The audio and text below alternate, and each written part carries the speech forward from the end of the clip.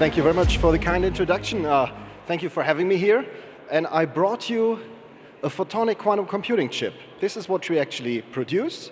We are a Dutch-German startup, 40 employees roughly meanwhile, and our headquarter is in Enschede in the Netherlands, but we are also present in Germany. You will find us in Stuttgart and in Ulm and also in Great Britain in London. And this is actually our product. This is a photonic quantum computer, and I will pitch you through. You know, quantum actually is quite powerful because we can solve some problems where classical computers need an exponential time in more or less with an exponential speed up. And this is the famous Richard Feynman, Nobel Prize winner, and he says, if you want to make a simulation of nature, you better do it quantum mechanical. And that's true. And that brings me to the application for quantum. It's interested for finance, but it's also the lowest hanging fruit. It's very interested for healthcare and for engineering new drugs and for quantum chemistry, for example. There's a lot of potential, and of course we are chasing end customers, and we have a lot of corporations. For example, in Stuttgart, we're heavily working together with automotive industry, and my biggest wish is that I will have more financial institutions on this logo list one day, because quantum computing will be very, very useful for, we heard it in talks before this, fraud detection and optimization problems, for example, optimizing portfolios. Now, we are special. We build photonic quantum computers. That means we calculate not with electrons, but we calculate with photons. And this has a lot of advantages. I will only pick up two. Photonic quantum computing works at the frequency of telecommunication, 1550 nanometer band, and we can scale our quantum computers once they work very easily. They just are mounted in standard racks, they fit into every data center, and the wonderful advantage of photonics is it works at room temperature. We don't need that cryogenics that you, for example, see on the pictures of IBM. As mentioned, we are a startup, 45 employees. What have we done so far? We started with these nice 19-inch boxes that you see. These are processors. And you will find in all the European flagship projects for photonic quantum computer our processors inside. So, so to say, we are the Intel of quantum processors in Europe. And we made it with our seed financing round to build a photonic quantum computer. The thing you see in the middle, the nice 19-inch rack, this is a photonic quantum computer that is installed in our headquarter in Enschede. It's running, and if you go on our webpage, QuiXquantum.com, you can just log in and you can play around with photons.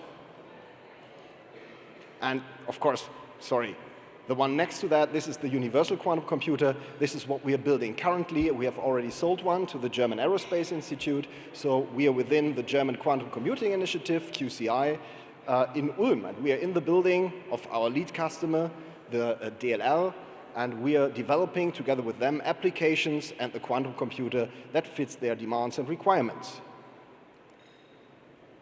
Now, this is actually how a quantum computer looks like.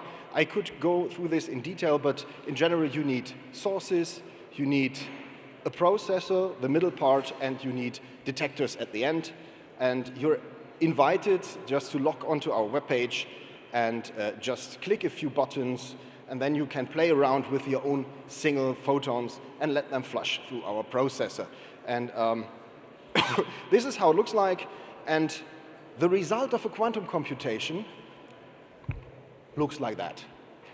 So you have really to know, and you need algorithm experts that help you interpret these nice bar charts. Actually, they show you some correlations. And this processor that we're developing is nothing else than a big interferometer. So it's a neural network in the end that we are programming. And it's so mighty because these photons in this big interferometer, in the end, don't take one path. They have superpositions, and they take all the paths with the specific probability at the same time. And that makes quantum computation so advanced. So we can solve computational problems much, much faster than classical machines. And this is how the hardware really looks like. This is the processor, as mentioned before. It operates at room temperature, and our big vision is to actually deliver to data centers and have these kind of processes in many, many racks next to each other. And the big advantage is you can just scale. You take a couple of light guiding fibers at telecom frequency and interconnect a couple of quantum computers and add 1 qubit by qubit by qubit.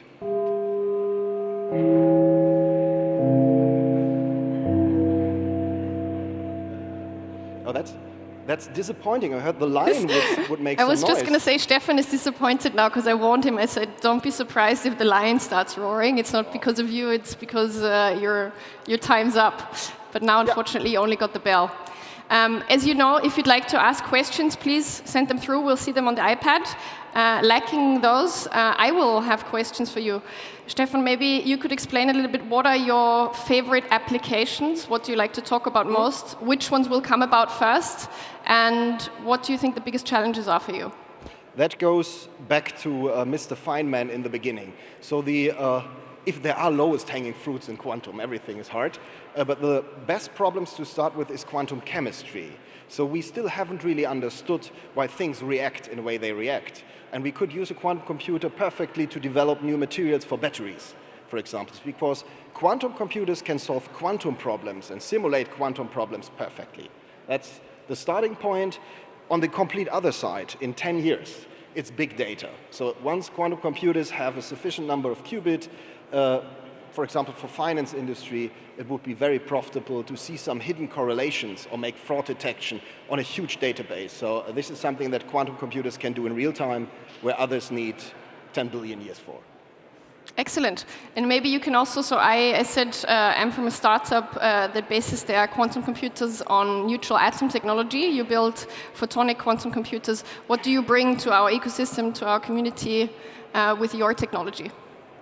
So the nice thing about photonics is you can build an entire quantum computer based on photonics, but you can also take our processes and use them in a very useful way in an ion-based quantum computer. So you will find lasers, photonics, and these kinds of processes in all the different modalities.